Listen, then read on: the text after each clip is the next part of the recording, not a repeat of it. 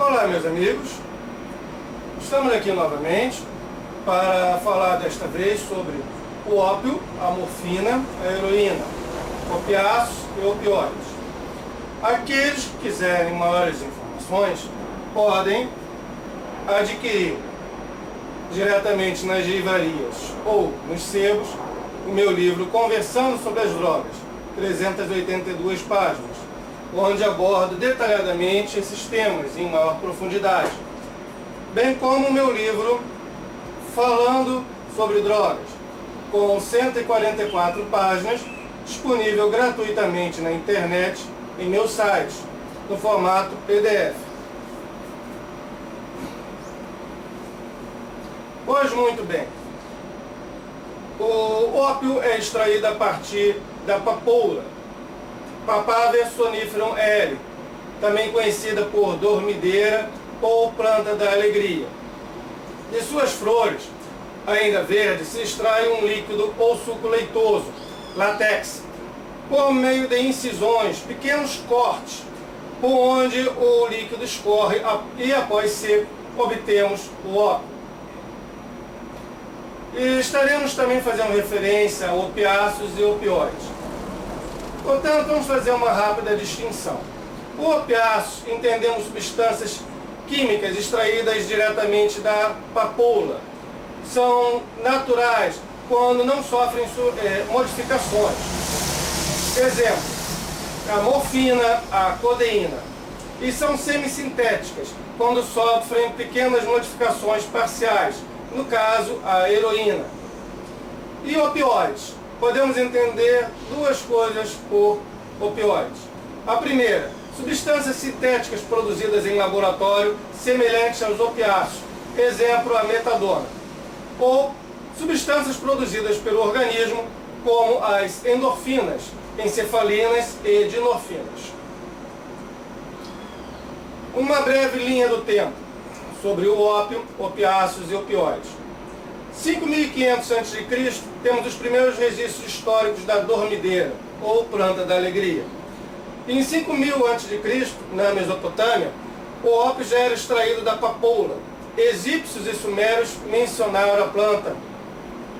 Em 1550 a.C., em um papiro de Éden, o ópio é mencionado como tendo a propriedade de evitar que as crianças sejam muito barulhentas.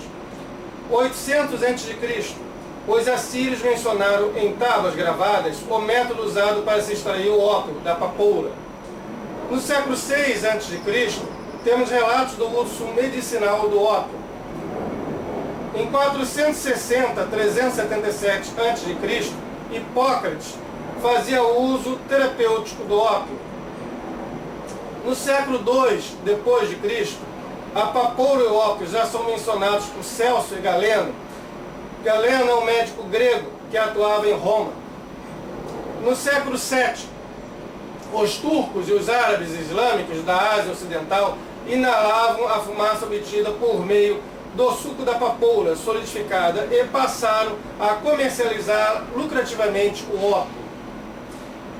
No século X, o ópio foi primeiramente levado da Anatólia persa e posteriormente à Índia e à China.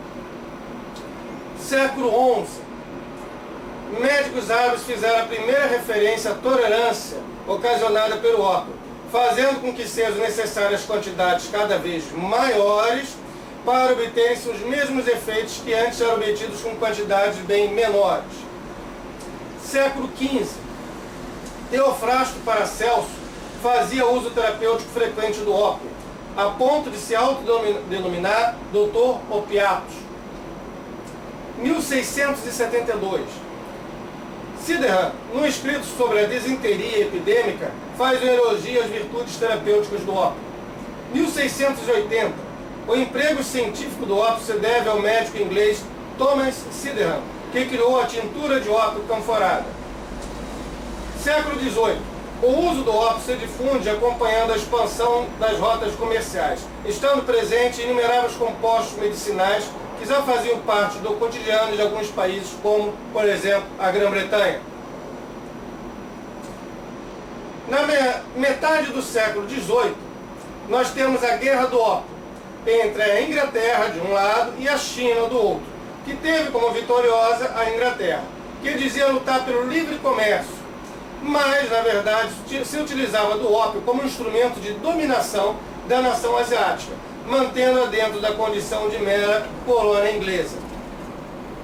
Em 1773, a empresa British East Indian Company teve o monopólio para a comercialização do ópio.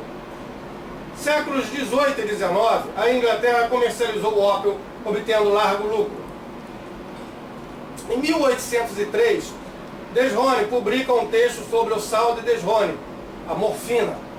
Em 1804, Armand Sagan extraiu uma substância química do ópio, que seria estudada pelo farmacêutico alemão Friedrich Sertânia, que demonstraria suas propriedades básicas e prepararia, a partir desta base, sais, que chamou de morfina. Em 1805, Friedrich Sertânia descobriu a morfina, nome dado em homenagem a Morfeu, deus grego do sono. Em 1817, a descoberta de Sertânia começa a marcar a presença em publicações médicas. Algumas grandes empresas farmacêuticas começaram a fabricar a morfina. Em 1832, Robiquet descobre a codeína, substância cristalina, branca, sem cheiro, de sabor amargo. A codeína é um derivado da morfina e é utilizado como analgésico. Em 1843, a descoberta da agulha hipodérmica tornou possível o uso do ópio, 2 opiáceos e 2 opioides, injetando-os diretamente na veia. Antes desta data, só era possível fumar, comer ou introduzir no ânus, via supositório. Em 1874, a heroína foi sintetizada por Dressler, ou, segundo outros, o C.R. Wright. Em 1898, a Bayer, grande laboratório alemão, iniciou a produção comercial da heroína. No século XX, a morfina foi obtida em sua forma pura e vem sendo amplamente utilizada em casos terapêuticos. O nome botânico da papoula é Papaver soniferum linneu. E de seu fruto, ou cápsula, é extraído o látex, do qual se faz o ópio. É vulgarmente conhecida por dormideira. O nome botânico da papoula provém de Sones, o deus romano do sono. A palavra ópio provém do grego opium opus, e significa suco. O nome dado ao suco ou resina extraído das cápsulas da papoula. São seus derivados a morfina, a codeína, a heroína, que são, por sua vez, chamados de opiáceos. O ópio possui propriedades anestésicas, soníferas e calmantes. 10 kg de ópio, após o processamento, daria o equivalente a 1 kg de heroína ou de morfina. Há cerca de 10% de morfina no ópio. Daí a necessidade de 10 quilos para se obter 1 kg de morfina. Após um segundo processamento, obtemos da morfina, de 1 kg de morfina, o equivalente a 1 kg de heroína, sendo a heroína uma droga semissintética obtida a partir da morfina.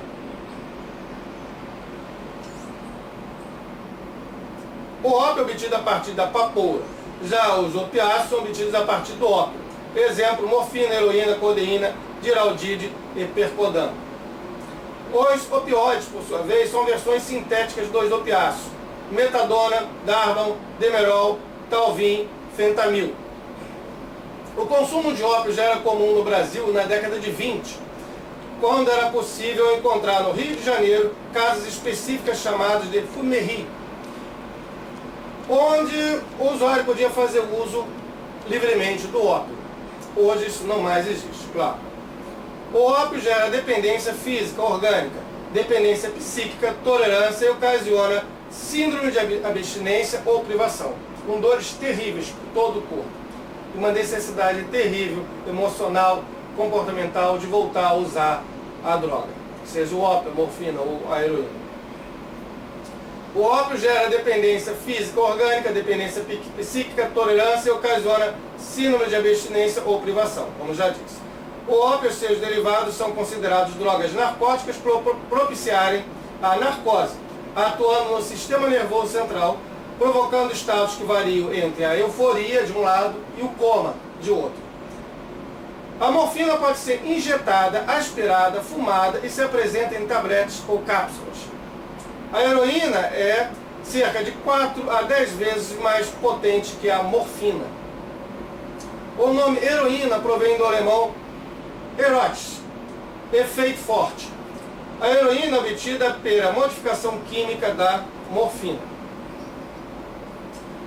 Com relação aos efeitos que essas drogas ocasionam, como todas são provenientes inicialmente de uma única planta, a papoula, a partir de incisões que são feitas no seu fruto, nós temos o corrimento do látex, o suco, que quando seco é chamado de ópio, e do ópio é extraído a morfina, sua vez da morfina a heroína, mas todas mantêm a mesma estrutura, de modo que os efeitos físicos, orgânicos, emocionais, psicológicos, comportamentais são exatamente os mesmos. O que vai variar é a intensidade desses efeitos e o quanto os mesmos serão mais ou menos destrutivos. Isso irá variar de acordo com a forma como a mesma é utilizada. Se injetada na veia, se por injeção intramuscular, se a mesma é fumada ou comida, ou usada por via de supositório. E também em termos de intensidade de acordo com o tipo da droga. Vide que a heroína, como disse ainda há pouco, é cerca de 4 a 10 vezes mais potente que a morfina. Logo, seus efeitos serão muito mais intensos, mais potentes que a morfina, ou mesmo o ópio. Mas, fora a questão da intensidade, do poder destrutivo da mesma, os efeitos são basicamente os mesmos. Tanto para o ópio, a morfina, a heroína, como para os demais opiáceos e opioides. Pois muito bem, gera dependência física ou orgânica, como quiser chamar, e psíquica, ou emocional e comportamental. Gera tolerância, que é a necessidade de você consumir uma quantidade maior de droga para obter os mesmos efeitos que antes você obtinha com uma quantidade bem menor. E síndrome de abstinência, que pode ser caracterizado por fortes dores pelo corpo e a necessidade intensa de consumir nova dose da droga. Analgesia, combate à dor. Insensibilidade a dores físicas e ou emocionais. Efeito sedativo, apatia e hipnose. Hipnose aqui no sentido de indução ao sono. Sonolência, relaxamento, lentidão. O usuário, por vezes, não consegue sequer ficar de pé. Baixa concentração, perda da consciência, e o sono é repleto de intensas e vívidas imagens. Perda de motivação para o trabalho e para a atividade sexual. Diminuição da libido, diminuição do impulso sexual. Perda da ambição. De fato, a única ambição que o usuário de uma droga passa a ter é a ambição de continuar usando aquela droga, de possuir uma nova dose da droga para usar. Mais nada. Redução da tensão nervosa e da ansiedade. Perda de apetite. Não há necessidade de comer. Há necessidade de sim, de usar a droga. A droga substitui tanto a comida, tanto também o sexo. Tanto qualquer motivação de trabalho, de crescimento emocional, profissional, que você possa ter na vida. A única ambição será, o único desejo será o uso da droga. Profunda depressão respiratória, que pode levar o indivíduo à morte, se as doses forem bem altas. Possibilidade de morte por overdose e parada respiratória. Overdose é quando o indivíduo toma uma dose da droga tal, muito superior ao seu limiar de tolerância do organismo. A partir da passagem daquele limiar, a droga passa a ter um efeito mortal, ou levando ao coma, a uma CTI de um hospital, ou mesmo à morte. Normalmente, as mortes por ópio e opiáceo se devem à parada respiratória, alteração do humor e turbação mental, pupilas pontiformes, constrição das pupilas. O que ocorre é que a pupila do olho chega a ficar praticamente do tamanho da ponta de um alfinete, da cabeça de um alfinete. Ela fica bem pequena. Efeito contrário apresenta a cocaína, o êxtase. Essas drogas, elas dilatam a pupila. Já o ópio, os opiáceos, os opioides, tendem a fechar a pupila. Tontura, náuseas, perda do senso de direção, mal-estar e vômitos, em especial nas primeiras vezes em que é usada. Sensação de queimaduras na pele, veias ulceradas, pálpebras caídas, câimbras abdominais, febre, diminuição da frequência cardíaca, diminuição da pressão arterial. Claro está que os efeitos irão variar, não somente de intensidade, mas também de organismo para organismo. E na medida em que o indivíduo está acostumado a usar a droga, ele já gera uma tolerância, de modo que certos efeitos considerados desagradáveis no início tendem a desaparecer, como por exemplo o vômito. Esses efeitos tendem a diminuir na medida em que o indivíduo cria uma tolerância à droga. Durante o processo de abstinência, certos efeitos também considerados desagradáveis, como dores, vômitos, diarreia, aparecem ou retornam, se já estavam presentes antes. A pele se torna sensível, úmida e azulada. Na verdade, o azul da pele se deve em grande parte à respiração, pois há uma diminuição da capacidade respiratória. Alguns autores colocam que o uso do ópio torna a pele mais amarela. Aumento da micção, euforia e elevação do estado emocional do usuário, onda de prazer e gratificação, podendo haver aumento nas atividades físicas. Temos também o andar mórbido. Há relatos de pessoas que não conseguem ficar paradas, sentadas. Elas levantam, se movem lentamente, mas estão sempre se movendo de uma forma mórbida, não conseguem parar. Picadas ou formigamento na pele, em geral após injeção intravenosa. Quando injetada nas veias, pode ocasionar a morte do usuário por overdose ou pela presença de substâncias estranhas, como por exemplo, vidro pulverizado, pó de mármore, talco, quinina, açúcar de leite e várias outras substâncias que já foram encontradas em análises químicas dessas drogas. Na verdade, essas substâncias são colocadas pelo traficante para aumentar seus lucros, numa operação que se chama de batismo. O batismo é você comprar, por exemplo, 1 quilo de determinada droga e misturar uma outra substância. Se a droga é branca, você mistura uma farinha de trigo branco, um talco branco, qualquer coisa que vá aumentar a quantidade da droga.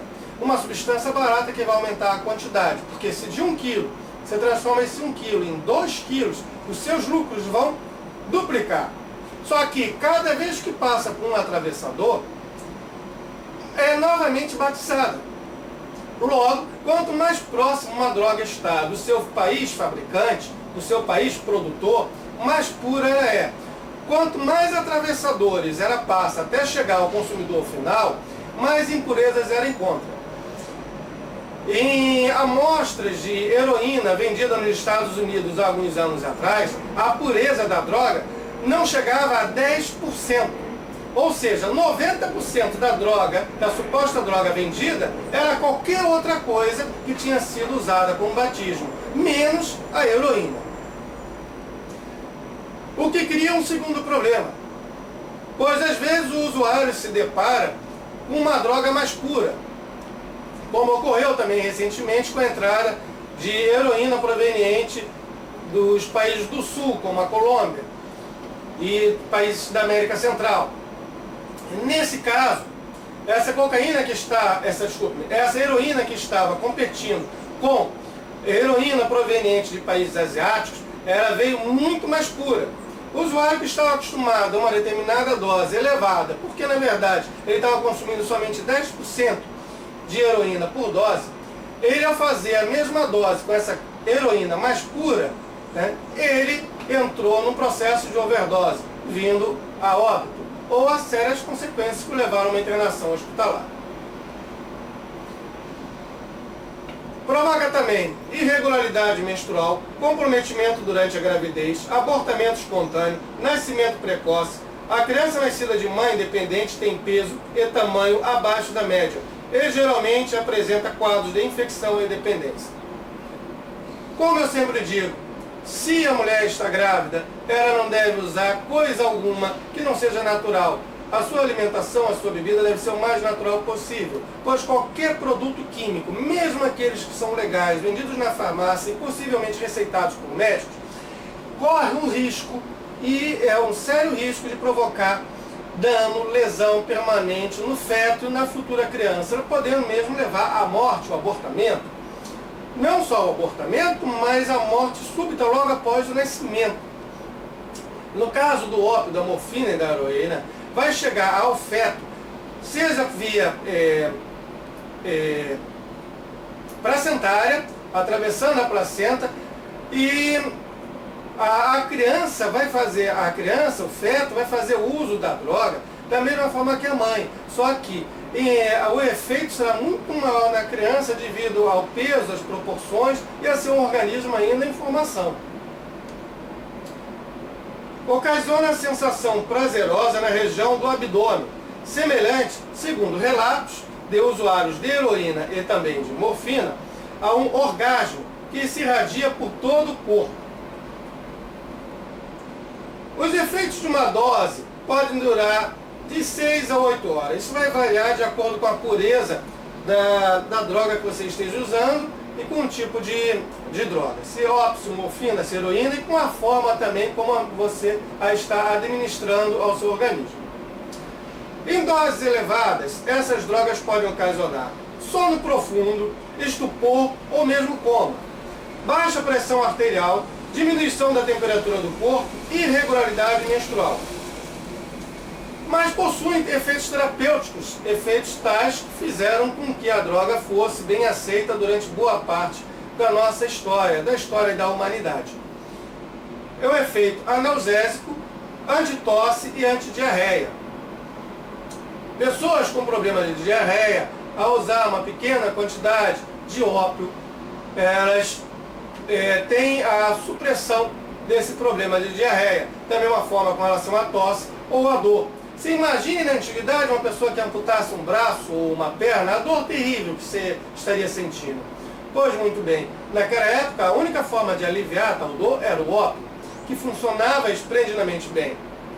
Durante a Guerra Civil norte-americana, tanto o ópio como também a morfina foram usados em larga escala no exército norte-americano para suprir as dores provenientes de ferimentos de guerra. Tanto que após a guerra, vários soldados norte-americanos se tornaram dependentes de ópio ou morfina, de forma que tal dependência passou até a ser conhecida como a doença do exército. Tal a quantidade de soldados ou ex-soldados que apresentavam tal característica de dependência para ópio e morfina. Bem, sintomas de abstinência aparecem em poucas horas, 4, no máximo 5 horas, após a ingestão da última dose, durando cerca de 7 a 10 dias. Nós temos olhos úmidos, descarga nasal, bocejos descontrolados, transpiração excessiva, perda de apetite, irritabilidade, tremores, colapso, ansiedade aguda, pânico, calafrios, câimbras abdominais, febre, diarreia, náuseas, vômitos, dores no corpo, delírio, insônia, espasmos musculares. Usuários crônicos podem desenvolver endocardite, abscesso, celulite, doença hepática, lesão cerebral, infecções associadas com a prática de injeções não esterilizadas, tétano ocasionado por frequentes injeções subcutâneas, complicações pulmonares. Devemos acrescentar que o uso de seringas por meio de dependentes de drogas, acarreta também o problema do compartilhamento dessas seringas e da possibilidade de, ao você compartilhar a seringa, você compartilhar também uma possível doença, seja a AIDS, a hepatite A, B ou C, seja uma doença qualquer que esse indivíduo que usou antes a seringa possua e passa para o indivíduo seguinte. Então, o compartilhamento da seringa gera outras complicações. Além disso, cabe também mencionar a metadona. A metadona é um opioide, trata-se de uma droga sintética similar aos opiáceos e foi largamente utilizada pelos Estados Unidos da América do Norte, ainda é hoje, como forma de tratamento da dependência do ópio, da morfina e da heroína, em particular a heroína. Pois o período que ela leva até a necessidade de uma nova dosagem, até aparecerem sintomas de abstinência, é muito mais longo do que a heroína. E por ser uma droga sintética, a produção é feita em laboratório, todo o controle se dá dentro do território norte-americano. Desta forma, você retirava o usuário do poder do traficante, colocava esse usuário sob o poder do Estado, tinha o registro desse usuário, exercia o controle total sobre esse usuário, tentativa de diminuir a criminalidade. Criminalidade essa motivada para você obter dinheiro para comprar novas doses da droga. No entanto, apesar de todas as vantagens inegáveis que existem em termos da sociedade, diminuição da criminalidade, controle de um possível agressor, de um possível bandido, que é este usuário de droga, retirar o poder do traficante, diminuindo o dinheiro que ele receberia através da compra de novas drogas, pois a droga era dada gratuitamente pelo governo. Apesar de todas essas vantagens, na verdade, é uma grande farsa em termos de tratamento, pois a dependência por metadona, hoje está comprovada, é muito mais intensa, muito maior do que a dependência por heroína, sendo que a proposta inicial seria substituir a heroína pela metadona e posteriormente eliminar o uso da metadona. Ou seja, o usuário ficaria curado. O que ocorria na prática era a substituição da heroína pela metadona e a permanência da metadona, não havendo a substituição da metadona por uma vida mais saudável, sem o uso de droga. E mesmo alguns usuários faziam uso do tratamento de metadona já pensando em diminuir a quantidade que ele necessitaria de heroína para depois voltar a consumir heroína em quantidades menores, economizando mais dinheiro. Então, tudo não passava de uma grande farsa, onde o principal objetivo era o controle do Estado do indivíduo usuário de droga. Questão essa também importante e que deve ser pensada, pois há dois pontos. Nós temos uma pessoa doente, que é o dependente de drogas, mas nós também temos uma sociedade que requer cuidados e atenção.